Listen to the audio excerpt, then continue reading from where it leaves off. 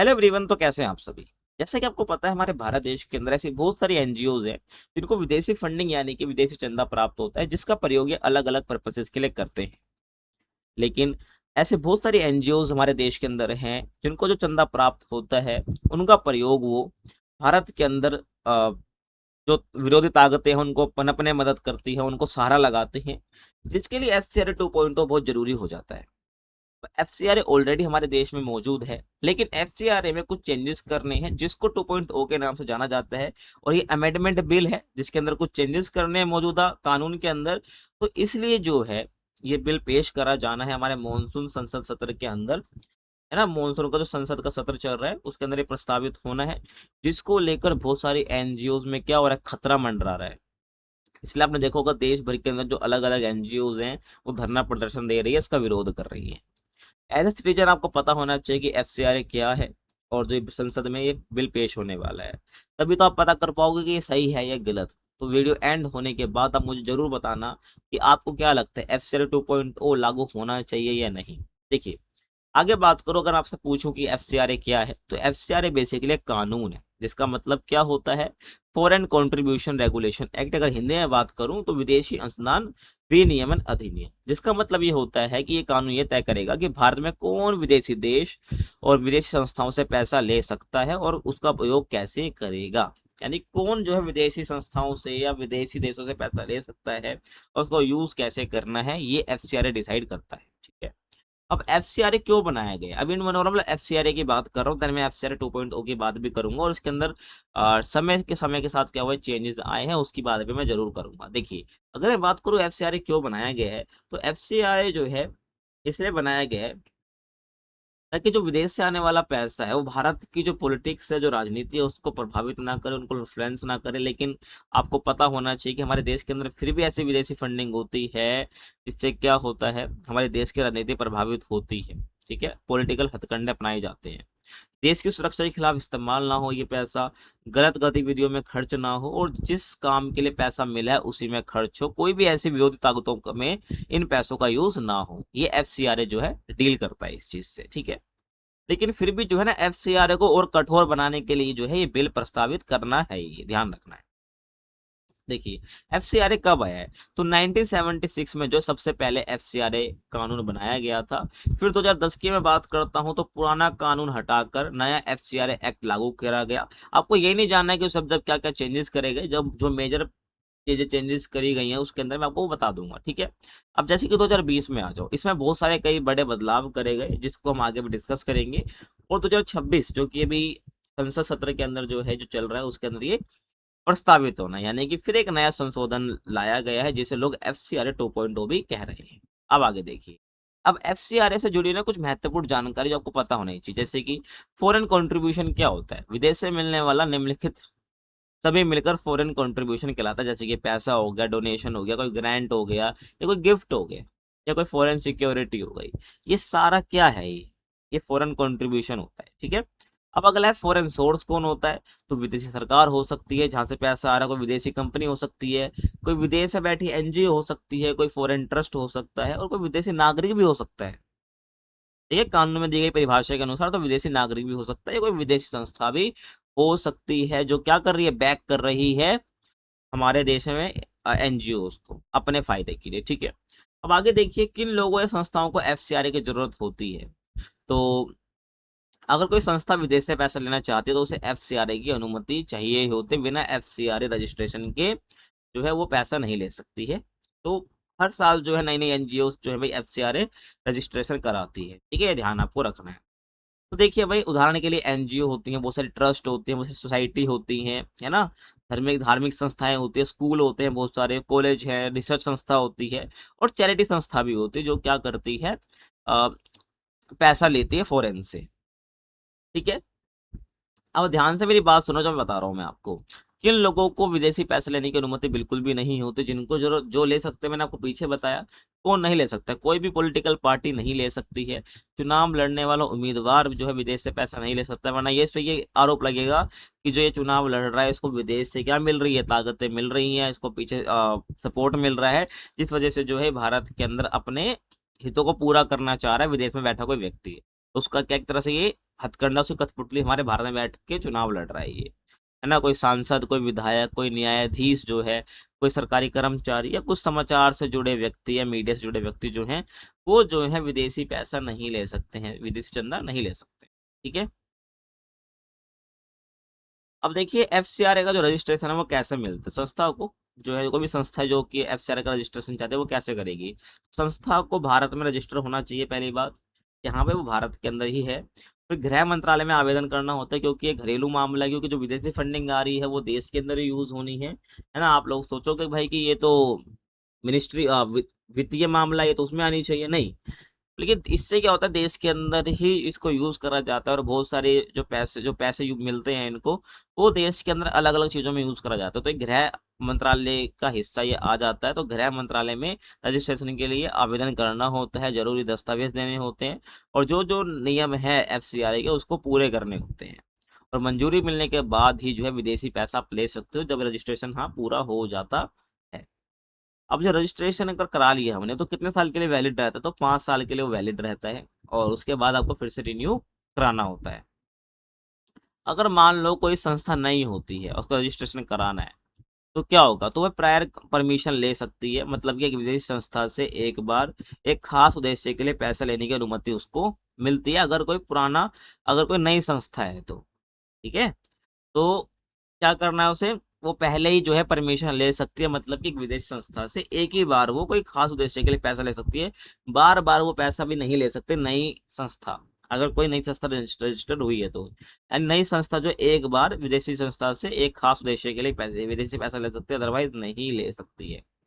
अब देखो मेन बात मैं आपको बताया, 2020 में बहुत बड़े बदलाव इसके अंदर हुए थे, संशोधन हुआ था, वो क्या था उसकी बात करेंगे। देखो तो क्या बदलाव हुए थे, तो एसबीआई दिल्ली अकाउंट जो है ना, ये जरूरी क्यों है, क्योंकि अब विदेशी जो पैसा है वो पहले SBI new Delhi main branch के एफसीआर अकाउंट में आएगा। तो एसबीआई न्यू दिल्ली का जो मेन ब्रांच है एफसीआर अकाउंट में आएगा, देन जो उस एनजीओ में जाएगा। ठीक है। तो अब क्या, और ध्यान से सुनो, एक एनजीओ से दूसरे एनजीओ को विदेशी पैसा नहीं दे सकता। ठीक है। क्योंकि पहले क्या था, एनजीओ एक व्यक्ति, जो एनजीओ ए का पैसा है वो एनजीओ बी में भी भेज सकता है, लेकिन अब 2020 में जो चेंजेस है उसके अकॉर्डिंग एनजीओ ए का पैसा एनजीओ बी में नहीं जा सकता। अब देखो एडमिनिस्ट्रेटिव खर्च क्या है, पहले 50% तक खर्च कर सकते थे एडमिनिस्ट्रेटिव पर्पस के लिए। ठीक है। अब जो भी देखो ऑर्गेनाइजेशन है, संस्था जिसने विदेशी फंडिंग उसको आ रही है, तो वो किस प्रकार से एडमिनिस्ट्रेशन के लिए खर्च करता था वो उसके ऊपर है, वो 50% तक खर्च कर सकता था, लेकिन अब जो है 20% तक ही खर्च कर सकते हैं, अदरवाइज इसे ज्यादा करेंगे तो वो लीगली सही नहीं होगा। और जो भी मुख्य पदाधिकारी हैं, है ना, जो भी संस्था के जो कि जिनको विदेशी फंडिंग आ रही है, उनकी पहचान जरूरी है। ठीक है। उनकी पहचान जरूरी है, ये ध्यान रखना, बिना पहचान के बात नहीं बनेगी, तो उनको कोई आईडी वगैरह लगानी पड़ेगी अपनी। तो 2020 में ये बदलाव हुए थे मेनली। अब हम बात करते हैं एफसीआरए 2.0 की। आप ये कह लीजिए एफसीआरए अमेंडमेंट बिल 2026, जो कि एफसीआरए कानून में नए बदलावों का प्रस्ताव है। सरकार का कहना क्या है कि इससे पारदर्शिता बढ़ेगी, मतलब ट्रांसपेरेंसी बढ़ेगी, एनजीओ क्या कर रही है, पैसों का उपयोग किस चीज में कर रही है, इसके बीच में और जानकारी जो है सरकार के पास रहेगी। विदेशी पैसे का सही उपयोग होगा, और दुरुपयोग रुकेगा पैसों का, और गलत काम में जो पैसा यूज हो रहा था वो भी रुकेगा, ये सरकार का कहना है। लेकिन कई लोग, कई एनजीओ के जो लोग हैं इसका विरोध कर रहे हैं, जो कि कई मायनों में गलत है, क्योंकि अगर जो एनजीओ सच्ची होगी, सही काम कर रही होगी, विदेशी फंडिंग से जो आ रहा है कोई दिक्कत नहीं है, अगर उसको सही पर्पज के लिए यूज कर रही है तो उसको इस कानून से डरने की जरूरत ही नहीं है। ठीक है। अब आगे देखिए सबसे बड़ा विवाद क्या है, एफसीआर 2 में ऐसा क्या कह दिया है भाई जिससे बहुत बड़ा विवाद हो रखा है। देखिए भाई, तो सबसे बड़ा विवाद ये है कि विदेशी पैसे से बनी जो संपत्ति है ना, उसको लेकर विवाद है। जैसे कि मान लीजिए कि एक एनजीओ को विदेशी 10 करोड़ रुपए मिल गए भाई, 10 करोड़ रुपए, उसने क्या करा, स्कूल बनाया, अस्पताल भी बना दिया, लाइब्रेरी भी बना दी, और ऑफिस भी बना दिया। अब सवाल है उस एनजीओ का एफसीआर रजिस्ट्रेशन खत्म हो जाए या रद्द हो जाए, तो इन संपत्तियों का क्या होगा। वो 10 करोड़ का उनने इसमें से कुछ भी बना लिया, आप ये मान के चलो, अब क्या है, उस एनजीओ का रजिस्ट्रेशन क्या हो गया, खत्म हो गया, है ना, ये रद्द हो गया। तो जो ये संपत्ति है, स्कूल, अस्पताल या लाइब्रेरी, जो इसने विदेशी फंडिंग का यूज करके बनाई थी, तो इसका क्या होगा। अगर मैं पुराने नियम की मानूं, अभी जो भी देखो, क्योंकि ये बिल पेश हुआ भी नहीं है एफसीआर 2.0, तो ये लागू भी हुआ नहीं है। तो अब पुराने नियम के अकॉर्डिंग मैं मानूं तो क्या होता था, अगर अगर अब ये लागू हो जाता है ना, तो क्या होता था पहले, तो एनजीओ के पास ही संपत्ति रहती थी जो पहले कानून बने उसके हिसाब से। लेकिन जो नया प्रस्ताव है एफसीआर 2.0 का, इसमें क्या है कि सरकार जो है क्या बनाएगी, एक अथॉरिटी प्राधिकरण नियुक्त कर सकती है जो विदेशी धन से बनी संपत्तियों की देखरेख करेगी। और यदि कानून में बताई गई जो परिस्थितियां हैं, है ना, उसके अनुसार जो है वो चीजें लागू होंगी कि संपत्ति की देखरेख कौन करेगी, एक अथॉरिटी करने वाली है ना। ये जरूरी नहीं कि जो संपत्ति है वो एनजीओ के पास ही रहेगी, है ना। तो जो कानून में बताई गई परिस्थितियां उसके हिसाब से देखा जाएगा कि जो ये संपत्ति एनजीओ के पास रहेगी या नहीं। ठीक है भाई, यहाँ तक समझ आया। अब यहाँ पर ना, अब इसके मुख्य प्रावधान की बात करते हैं, फिर हम ये भी देखेंगे कि भाई इसके समर्थक क्या कहते हैं, इसके विरोधी लोग क्या कहते हैं, विपक्ष क्या कहता है, सरकार क्या जवाब देती है, उसके आगे हम बात करेंगे। अब मुख्य प्रावधान तो यही है कि विदेशी फंड से बनी जो संपत्ति है उसको लेकर नया नियम बनाया गया है। तो अगर किसी एनजीओ का एफसीआरए लाइसेंस रद्द हो जाए, खत्म हो जाए, वो खुद सरेंडर कर दे, तो क्या होगा, उस एनजीओ की जो विदेशी पैसे से बनी संपत्ति जैसे स्कूल, अस्पताल, ऑफिस, भवन वगैरह, तो वो एक डेजिग्नेटेड अथॉरिटी यानी नामित प्राधिकरण के पास जा सकती है अकॉर्डिंग टू एफसीआरए 2.06 रूल्स, है ना। अब उसने कुछ भी बनाया हो चाहे इसमें से, है ना, वो सब जो है उसके पास चला जाएगा, उसके अंडर में रहेगा, देख रेख में। एनजीओ की तरह से उसे लीगली अधिकार नहीं रहेगा। यदि बाद में एनजीओ का पंजीकरण फिर से बहाल हो जाता तो कानून के अनुसार संपत्ति उसको वापस भी दी जा सकती है। ठीक है भाई, अब आगे देखिए और क्या बात है। वही मैंने बताया आपको कि जो विशेष अधिकारी या प्राधिकरण नियुक्त होगा इस बिल के तहत, और उसका काम क्या होगा, जो विदेशी फंड से बनी संपत्ति है उसकी देखभाल करना है, उसका गलत उपयोग रोकना है, और सुनिश्चित करना है कि जो संपत्ति है वो सुरक्षित रहे, उसको कोई नुकसान ना हो, है ना। जो ये नामित प्राधिकरण है, जो अथॉरिटी बनाई जा रही है, इसका उद्देश्य क्या है भाई, पारदर्शिता, सुरक्षा और जवाबदेही के साथ संबंधियों संपत्तियों को मैनेज करना है। ठीक है। अब तीसरा जो प्रावधान है वो ये है कि लाइसेंस खत्म होने पर संपत्ति पर असर। अगर किसी एनजीओ का एफसीआरए सर्टिफिकेट रिन्यू नहीं होता है, क्योंकि 5 साल तक तो होता ही है, उसके बाद रेन्यू होता है, या तो रेन्यू नहीं होता है तो कैंसिल हो जाता है किसी कारण से, तो वह विदेशी फंड से बनी संपत्तियों पर पहले जैसा नियंत्रण नहीं रख पाएगा वह एनजीओ। जब भी तो इनको क्या है, दुख हो रहा है, इसलिए क्या विरोध प्रदर्शन हो रहे हैं। स्थिति जैसे कि क्या है, देखो, संपत्ति पर एनजीओ का नियंत्रण समाप्त हो जाएगा और सरकार द्वारा नियुक्त जो नामित प्राधिकरण है, जो अधिकारी इसमें सिलेक्ट होगा, उस संपत्ति वो क्या करेगा, उस संपत्ति का प्रबंधन करेगा, देख रेख उसकी करेगा, है ना। यही इस बिल का सबसे चर्चित प्रावधान है जिसको लेकर विवाद का कारण भी है। आगे देखो, लाइसेंस वापस मिलने पर क्या होगा, यदि एनजीओ का जो लाइसेंस है, रजिस्ट्रेशन वापस हो जाए, रिन्यू हो जाए वो, और रजिस्ट्रेशन रिस्टोर हो जाए या नया रजिस्ट्रेशन मिल जाए, तो जो वो विदेशी फंड और संबंधित संपत्ति जो है उसको वापस कर दिया जाएगा। ठीक है। और इसका पर्पस केवल यही है कि जो सही उपयोग करने वाली संस्थाओं को न्याय और सुरक्षा देना है, क्योंकि एक के चक्कर में बाकी बदनाम ना हो। अब आगे देखिए, एफसीआरए से बाहर निकलना आसान नहीं है। अब कोई भी एनजीओ से बाहर नहीं निकल सकती, बच नहीं सकती। अगर कोई संस्था एफसीआरए छोड़ना चाहती है तो विदेशी फंड से बनी संपत्तियों पर उसका अधिकार भी प्रभावित होगा, इन्फ्लुएंस होगा। क्यों, देखो, मुश्किल क्यों है, विदेशी फंड से बनी संपत्तियों पर पूरा नियंत्रण रहेगा नहीं उसका, क्योंकि जो अथॉरिटी बनाई है वो उसका उस पर नियंत्रण करेगी और सभी नियमों और शर्तों का पालन करना अनिवार्य है, अदरवाइज वो संपत्तियों से हाथ खो बैठेगी और बाहर से तो कोई फंडिंग भी वो नहीं ले पाएगा। ठीक है। इसलिए विशेषज्ञों का कहना है कि इस व्यवस्था से बाहर निकलना पहले की तुलना में कठिन हो सकता है। पहले तो निकल भी जाते थे, बच जाते थे, फंडिंग फिर भी आ जाती थी, उसका संपत्ति अपने पास रहती थी, लेकिन अब निकलना बड़ा मुश्किल है अगर ये बिल प्रस्तावित और पास भी हो जाता है तो। अब देखो भाई, अगर मैं छठे प्रावधान की बात करूं तो बिल में प्रस्ताव ये भी है कि जो एफसीआरए उल्लंघन जो करेगा एफसीआरए का, उसको अधिकतम जेल की जो सजा जो है 5 साल से घटाकर 1 साल कर दी जाए और दंड व्यवस्था को नई तरीके से व्यवस्थित किया जाए। पहले क्या अधिकतम जो जेल है वो 5 साल की हो सकती थी, अब 1 साल की कर दी है। और जो दंड व्यवस्था को नई तरीके से मतलब व्यवस्थित किया जाए, सिस्टम के साथ उसको चेंज करा जाए। ठीक है, व्यवस्थित किया जाए। तो कहने का मतलब है, इसका पर्पस यही है कि जो दंड व्यवस्था है, जो जुर्माना लगाना है, कुछ भी जो करना है उसको अधिक प्रभावी बनाना, न्याय संगत बनाना, व्यवहारिक बनना है। ठीक है, बनाना है। अगला प्रावधान देखिए भाई, काम का उद्देश्य पहले से बताना होगा। यानी कि एनजीओ को पहले से बताना होगा कि वह किस क्षेत्र में काम करेगा, किस उद्देश्य के लिए विदेशी फंड लेगा और किन राज्यों केंद्र शासित प्रदेशों में वो काम करेगा उस फंड का, है ना। उसी आधार पर क्या उसकी निगरानी होनी है, और निगरानी होगी तो पारदर्शिता और जवाबदेही क्या होगी, सुनिश्चित होगी, पहले से बेटर होगी। आगे देखिए, अगर मैं बात करूं 8वें प्रावधान की, तो नए नियमों में धार्मिक गतिविधियों की परिभाषा को अधिक स्पष्ट किया गया और धर्म परिवर्तन को अनुमत धार्मिक गतिविधियों की श्रेणी से अलग रखा गया है ना। अनुमत धार्मिक गतिविधियों में क्या आएगा, धार्मिक शिक्षा, पूजा प्रार्थना, धार्मिक ग्रंथों का अध्ययन, धार्मिक जनसेवा और परोपकार, या धार्मिक या सांस्कृतिक कार्यक्रम आप कर सकते हो विदेशी फंडिंग का यूज करके। क्या नहीं कर सकते, धर्म परिवर्तन आप नहीं कर सकते, है ना। क्योंकि अगर आप इसमें करोगे तो गलत है। आपने देखा होगा बहुत सारी मिशनरीज चलती हैं इंडिया के अंदर जो कि धर्म परिवर्तन कराती है, मतलब कि आप कह सकते हो ईसाई धर्म परिवर्तन कुछ ज्यादा ही चलता है, जो कि आपको कुछ पैसे का लालच देके वो धर्म परिवर्तन आपका कराते हैं। तो जो है इसमें इंक्लूड नहीं करा जाएगा, मतलब आप ये नहीं कर सकते हो, ठीक है, ये ध्यान रखना है। बाकी धार्मिक शिक्षा आप दे सकते हो, पूजा प्रार्थना, धार्मिक ग्रंथों का अध्ययन, धार्मिक जनसेवा या परोपकार करना हो, धार्मिक या सांस्कृतिक कार्यक्रम करने हो, तो इनके लिए क्या है, ये धार्मिक गतिविधि जिनको अनुमति दी गई है। अनुमति जिसको नहीं दी गई वो है धर्म परिवर्तन, यानी आप इसका यूज नहीं कर सकते, जो फंड मिला है आपको इसमें यूज नहीं कर सकते, ठीक है।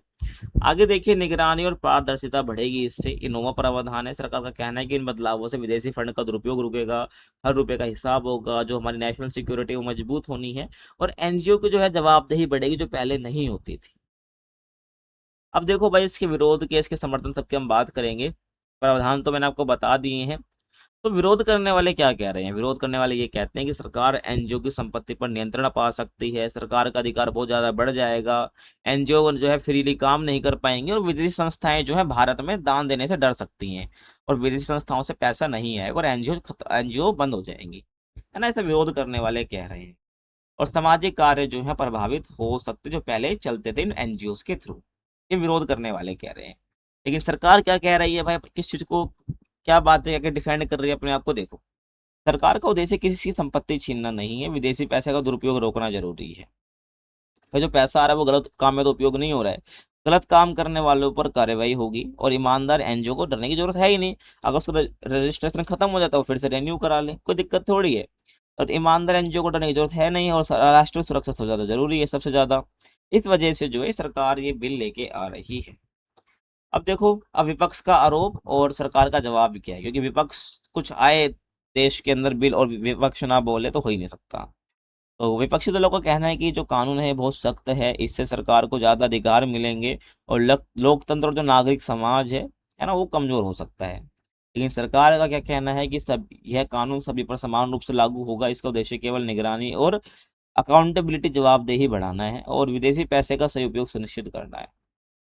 अब FCR 2.0 के पूरे समर्थक जो हैं वो क्या कह रहे हैं, वैसे मैंने आपको पीछे बताया, अब और ढंग से आप सुनिए कि जो विदेशी पैसा है उसका पूरा हिसाब होना चाहिए, इस समर्थक कहते हैं।